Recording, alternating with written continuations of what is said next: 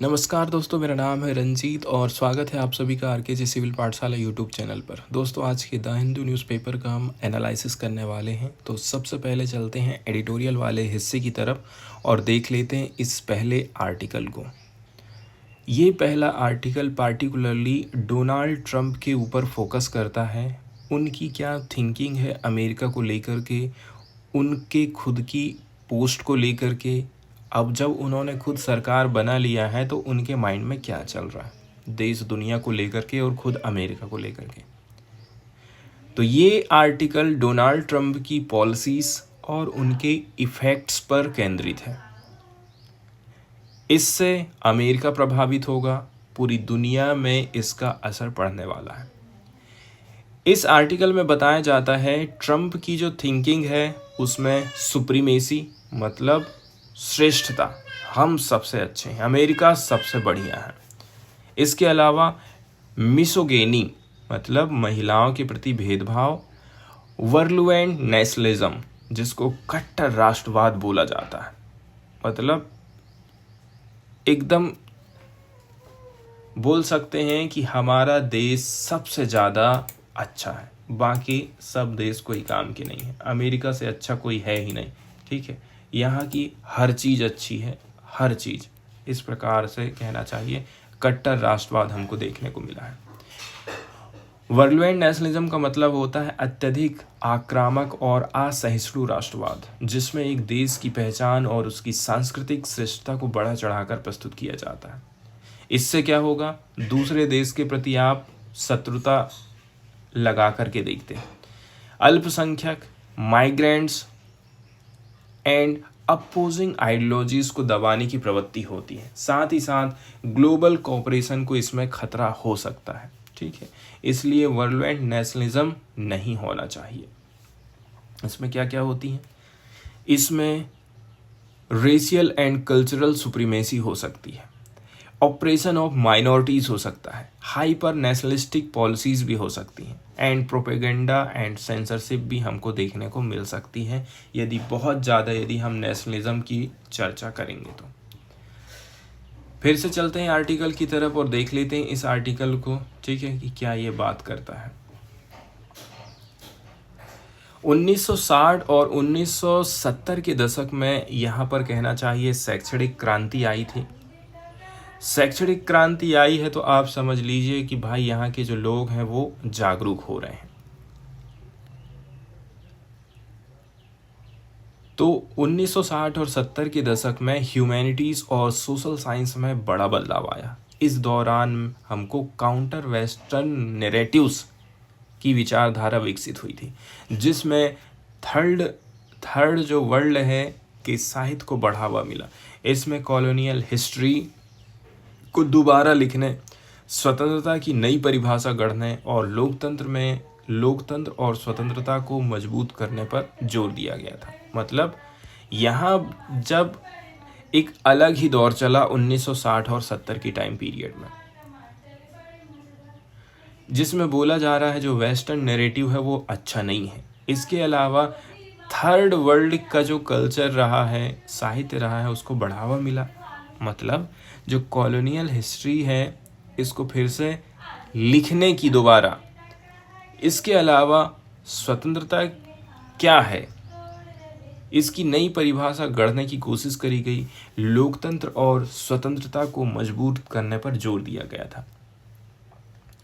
इसमें आप देखेंगे स्टूडेंट्स अपराइजिंग सबको देखने को मिला, मतलब छात्रों ने विद्रोह किया 1960 के दशक में। वियतनाम युद्ध छिड़ा, इसके खिलाफ छात्रों ने विरोध प्रदर्शन किया। Aimé Césaire discourse on colonialism, Frantz Fanon ने क्या लिखा था, the wretched of the earth, Edward Said orientalism. इस प्रकार से फेमस जो राइटर हैं उन्होंने एक से एक किताबें लिखी और लोगों को पढ़ाया जाने लगा। इस बदलाव से वाइट सुप्रीमेसी और कॉलोनाइजर वर्सेस कॉलोनाइज्ड की धारणा को चुनौती दी गई थी। अब हम बात कर लेते हैं ट्रंप की पॉलिसीज के बारे में। ठीक है,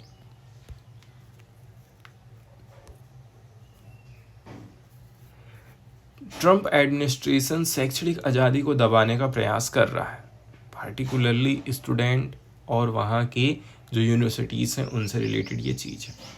खास करके उन सब्जेक्ट पर जो राइट विंग आइडियोलॉजी के खिलाफ जाते हैं, मतलब सरकार के खिलाफ में जो लोग जा रहे हैं सबको दबा डालो।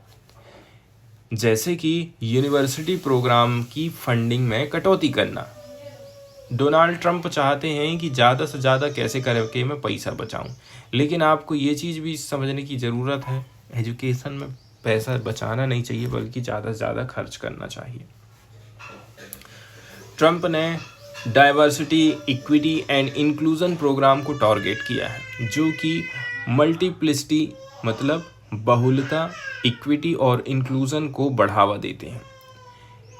क्रिटिकल रेस थ्योरी की यदि हम बात करें, जातीय भेदभाव और शक्ति संरचना का अध्ययन। इसके अलावा gender studies, African American studies, Latinx studies, Asian American studies और नेटिव अमेरिकन स्टडीज़, इन विषयों की फंडिंग कम की जा रही है, जिससे इग्नोरेंस और इंटॉलरेंस को बढ़ावा मिल रहा है। इसके अलावा आप ये समझ लीजिए, जिस प्रकार से हर देश में होता है, सरकार अपोजिशन वाले को हमेशा से दबाने का प्रयास करती है। ट्रम्पिज्म वाइट सुप्रीमेसी, मिसोगैनी और नेशनलिज्म को बढ़ावा दे रहा है। मतलब उनकी सरकार ने यूनिवर्सिटीज़ में लेफ्ट विंग रिसर्च को दबाने का प्रयास किया। ये हायर एजुकेशन और क्रिटिकल थिंकिंग को बाधित करता है। पहले भी विश्वविद्यालय ऐसे आंदोलन के केंद्र रहे हैं जहां मार्जिनलाइज्ड कम्युनिटीज़ के लिए संघर्ष किया गया है। इसके अलावा ट्रंप की जो इमिग्रेशन पॉलिसीज़ है उसका देश दुनिया के ऊपर क्या असर पड़ रहा है। देखिए, ट्रंप की अमेरिका फर्स्ट की पॉलिसी ने बहुत सारे जो इमिग्रेशन से जुड़ी समस्या हैं उसको पैदा किया है। 2017 का मुस्लिम ट्रैवल बैन किया गया। कई मुस्लिम मेजॉरिटी कंट्रीज से आने वाले लोगों पर प्रतिबंध लगाया गया। इस आदेश के खिलाफ 50 से अधिक यूनिवर्सिटीज़ के प्रेसिडेंट ने पत्र लिखा, जिसमें डाइवर्सिटी और टैलेंट माइग्रेशन की बात करी गई थी। फिर बॉर्डर वाल मतलब मैक्सिको की जो सीमा है उस पर दीवार बनाने की बात करी गई। ये नीति नेशनलिज्म और पॉपुलिज्म पर आधारित थी, जिसका मकसद था अमेरिका की जो नौकरी हैं और वहाँ की जो कल्चर है उसको हम सेव करें। लेकिन लोगों ने इसे डिस्क्रिमिनेटरी और जीनोफेबिक मतलब विदेशियों के प्रति नफरत बताया था। इसके अलावा अगली जो कार्यवाही करी गई थी वो थी पैलेस्टीन सिंपैथाइजर्स पर। मतलब ट्रंप एडमिनिस्ट्रेशन ने पैलेस्टाइन स्टूडेंट्स और उनके समर्थकों पर भी कड़ी कार्रवाई करी थी। कई सारे जो फॉरेन स्टूडेंट्स हैं इनको निर्वासन का डर दिखाया गया। इससे यूनिवर्सिटीज़ में फियर और साइलेंस का माहौल बन गया था।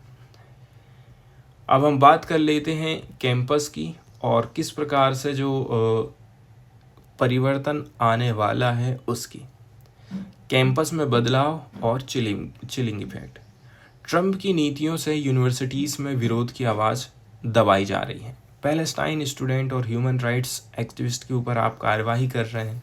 इसके अलावा कई सारी जो फैकल्टी मेंबर्स हैं और रिसर्चर्स हैं अब अपनी राय खुल करके नहीं रख पा रहे हैं कि कहीं हमारे ऊपर कार्रवाई ना हो जाए करके। इसके अलावा फ्रीडम ऑफ स्पीच पर भी असर पड़ा है और विरोध करने वाले छात्रों को हरासमेंट मतलब उत्पीड़न, वीजा रिस्ट्रिक्शन का सामना करना पड़ जा रहा है। वहीं यदि हम चर्चा कर लेते हैं ट्रंप का वैश्विक प्रभाव और नेशनलिज्म बनाम वर्सेस ग्लोबलाइजेशन। ट्रंप का एंटी इमिग्रेंट डिस्कोर्स केवल अमेरिका तक सीमित नहीं है। ये ग्लोबलाइजेशन के खिलाफ एक नई राइट विंग पॉपुलिस्ट मूवमेंट को जन्म दे रहा है। इस विचारधारा को यूरोप और अन्य देश भी अपना सकते हैं। अब यहाँ पर हमें समझना है कि जिनके पास में थोड़ा सा नॉलेज है, जो बुद्धिजीवी वर्ग है, उसकी क्या भूमिका हो सकती है। शिक्षक, रिसर्चर और साइंटिस्ट लोग, इनको डिस्क्रिमिनेटरी पॉलिसीज़ के खिलाफ खड़ा होना चाहिए। इसके अलावा जातीय भेदभाव वाला राज्य का विरोध करना जरूरी है। अपार्थाइड स्टेट बनने से रोकना है अमेरिका को। एंड सोशल जस्टिस को बढ़ावा देने वाली शिक्षण पद्धतियों के ऊपर ज़्यादा जोर देना। जैसा कि W.E.B. डू बॉयस ने पूछा था, अगर हम एक अपार्थाइड स्टेट का सामना कर रहे हैं तो विद्वान शिक्षक की जिम्मेदारी क्या होगी? ट्रंप की नीति रेडिकल्स रिसर्च को दबाने और छात्रों पर मानसिक दबाव डालने की एक तानाशाही नीति का एक हिस्सा है। इसका प्रभाव अमेरिका के ऊपर नहीं पड़ेगा, बल्कि पूरी देश दुनिया इससे प्रभावित होने वाली है। बल्कि ग्लोबल सोशल ऑर्डर भी प्रभावित होगा, ह्यूमन राइट्स प्रभावित होंगे और दूसरी कंट्रीज भी अमेरिका को फॉलो करने लग जाएंगी। वे फॉरवर्ड में हम बोल सकते हैं ट्रंप की पॉलिसीज यूनिवर्सिटी की स्वतंत्रता, स्टूडेंट की स्वतंत्रता, इमिग्रेशन, मानव अधिकार के लिए बहुत बड़ा खतरा है। यूनिवर्सिटीज़ पर रिस्ट्रिक्शन लगाना, सेंसरशिप बढ़ाना, ये सब बहुत बेकार है। डाइवर्सिटी और क्रिटिकल स्टडीज़ को ख़त्म किया जा रहा है। इसके अलावा पैलेस्टाइनियन सिंपैथाइजर्स और मानव अधिकार कार्यकर्ताओं को टारगेट किया जा रहा है। ट्रंप की सुप्रीमेसी और नेशनलिज्म की विचारधारा से न केवल अमेरिका बल्कि पूरी दुनिया के लोकतांत्रिक मूल्यों को खतरा है। टीचर और रिसर्चर को चाहिए कि वे इंटेलेक्चुअल रेजिस्टेंस दिखाएं और फ्रीडम, इक्वालिटी और सोशल जस्टिस के पक्ष में आपको आवाज़ उठाना चाहिए। इसके बाद अगला जो आर्टिकल यहाँ पर हम डिस्कस करने वाले हैं दोस्तों, ये पार्टिकुलरली गिग वर्कर्स से रिलेटेड है। गिग वर्कर्स से जुड़ी जो सरकार की पॉलिसीज़ अभी तक रही हैं और क्या क्या किया जाना बाकी है, इसके ऊपर हम चर्चा करेंगे। गिग वर्कर्स पार्टिकुलरली आप देखेंगे जोमेटो, स्विगी में काम करने वाले लोग गिग वर्कर्स की श्रेणी में आते हैं। दिक्कत ये है, ये जो डिलीवरी वाली कंपनियां हैं, जोमेटो है और भी जो कंपनियां हैं, वो इनको कहना चाहिए एज ए वर्कर के तौर पर नहीं देखती हैं, एज ए उनको पार्टनर के तौर पर देखती हैं। और जब भी पार्टनर की बात आ जाती है तो वर्कर्स के जो अधिकार हैं वहाँ पर ख़त्म हो जाते हैं। लेकिन वो आखिर हैं तो एक वर्कर ही। वर्कर हैं, इसका मतलब ये है उनके कार्य के घंटे निश्चित होना चाहिए। ऐसा नहीं है कि 8 घंटे की जगह 12 घंटे 14 घंटे काम लिए जा रहे हैं। एक्सीडेंट हो गया है तो फ़ायदा उसको मिल रहा है कि नहीं मिल रहा है, इंश्योरेंस का फ़ायदा मिल रहा है कि नहीं मिल रहा है, रिटायरमेंट के बाद क्या होगा, कभी भी निकाल रहे हैं, कभी भी बाहर कर दे रहे हैं, छुट्टियां हैं कि नहीं हैं, ये सारी चीज़ें इनको नहीं मिल पा रही हैं क्योंकि कंपनियां वर्कर्स की श्रेणी से इनको बाहर कर दी हैं, पार्टनर बोल करके अपना पल्ला झाड़ देती हैं। गिग वर्कर्स के अधिकारों पर स्टार्टअप कंपनियों की जो डबल माइंडेड नीति है, दोहरी नीति है, उसके ऊपर ये आर्टिकल बेस्ड है। आज के समय में गिग इकोनॉमी तेजी के साथ में बढ़ रही है, जहां डिजिटल प्लेटफार्म और ऐप्स के माध्यम से लोग काम पा रहे हैं। लेकिन ये रोजगार वाकई में एक बेहतर अवसर है या फिर आधुनिक टाइप की गुलामी का, जिसको मॉडर्न स्लेवरी बोला जाता है। स्टार्टअप कंपनीज पब्लिक रिलेशन के जरिए दिखाती हैं कि वे गिग वर्कर्स के अधिकारों की परवाह कर रही हैं, लेकिन जब कोई कानून उनके हक की सुरक्षा के लिए लाते हैं तो वो कंपनियां गुपचुप तरीके से इसका विरोध करती हैं। गिग वर्कर्स की हालत की यहाँ हम चर्चा करेंगे, एक मजदूर मंडी की तरह हमको दिखाई दे रही। शहर में अक्सर हम देखते हैं कि सुबह सुबह मजदूर अपने औजारों के साथ खड़े हो जाते हैं और ये उम्मीद करते हैं कि कोई उनको काम पर रख लेगा। जब कोई ठेकेदार या नियोक्ता एम्प्लॉयर आता है तो ये मजदूर बड़े पैमाने पर उसके पास झुंड लगाकर खड़े हो जाते हैं और एक तरह से खुद को बेचने के लिए मजबूर हो जाते हैं कि सर आप हमको 400 रुपया दिन का दोगे। मिस्त्री बोलेगा मैं 700 रुपया लूँगा। 700 रुपये उसको मिल गया है, अब जितना काम करवाना है वो मालिक के ऊपर है, वो मालिक जितना काम चाहे ले ले। ठीक इसी प्रकार से चीज़ गिग वर्कर्स के लिए भी रहती है। मजदूरों के लिए ये सौदा मजबूरी में किया जाता है। लेबर चौक में सबसे कम दाम पर काम करने वाले को ही चुना जाता है। यही चीज़ यहाँ पर भी काम करती है। गिग इकोनॉमी का नया ठेकेदार है डिजिटल प्लेटफार्म। आज डिजिटल प्लेटफार्म ने इसी मजदूर मंडी को ऑनलाइन शिफ्ट कर दिया है। अब मजदूरों को एक ऐप पर काम करने का विकल्प दिया जाता है, जिससे ऐसा लग रहा है कि वे अपनी मर्जी से काम कर रहे हैं, लेकिन असल में उनकी स्थिति पहले से भी ज़्यादा खतरनाक हो गई है, बदतर हो गई है। क्यों? क्योंकि वे ना तो अपने वेतन पर मोलभाव करेंगे और ना ही अपने अधिकारों की मांग करेंगे। जितना सामने वाला दे रहा है चुपचाप रख लो। डिजिटल माध्यम का इस्तेमाल मिडलमैन के रोल को छिपाने के लिए किया जा रहा है। मतलब मिडल मैन को यहाँ से ख़त्म कर दो। पहले ठेकेदार सामने दिखता था, अब एक ऐप ये सारा काम पर्दे के पीछे कर रहा है। गिग वर्कर्स को अब रोजगार की तलाश में अपने मोबाइल स्क्रीन को स्क्रॉल करना पड़ता है, ठीक उसी तरह से जैसे पहले लोग मजदूर का जो चौक रहता है ना, जहाँ पर ये लोग इकट्ठे चौल बोलते हैं, खड़े होते हैं और वहाँ पर जिसको भी काम चाहिए रहता है वो लोग आते हैं, लेबर और मिस्त्री को लेके जाते हैं और अपना काम करवाते हैं। गिग वर्कर्स के लिए हालात और भी ज़्यादा बदतर होते जा रहे हैं।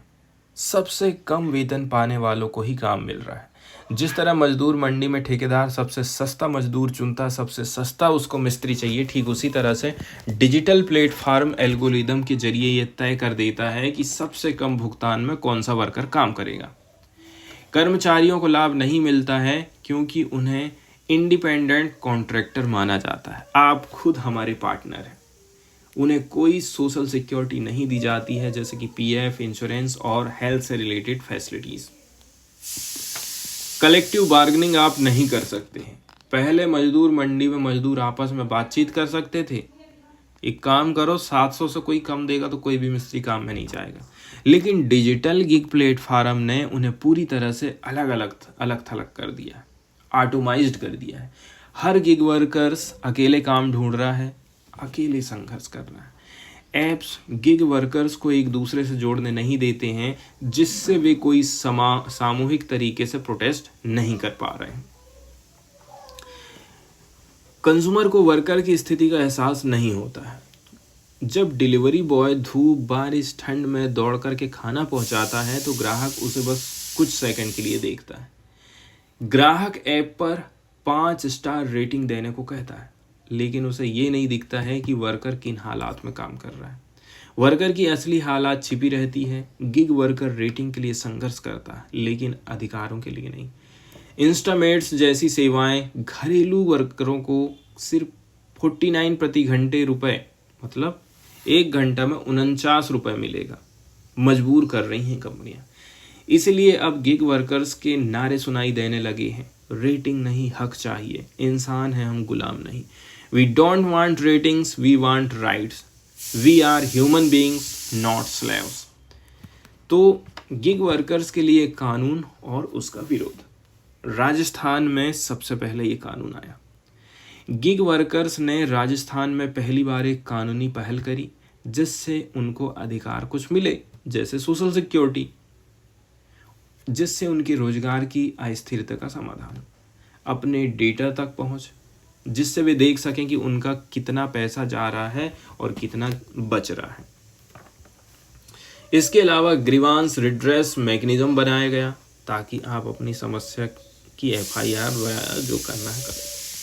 लेकिन बीजेपी सरकार ने इसे लागू करने से मना कर दिया है, क्योंकि कांग्रेस ने कानून लाया था तो बीजेपी कहाँ से लागू कर देगी। दूसरी बात यह है, ज़्यादातर बीजेपी की जो पॉलिसीज़ है ना, वो कंपनियों के फेवर में रहती, वर्कर के फेवर में नहीं रहती। कर्नाटक और तेलंगाना में भी इसी प्रकार का कुछ कानून आया है, लेकिन वो भी ठंडे बस्ते में चला गया है।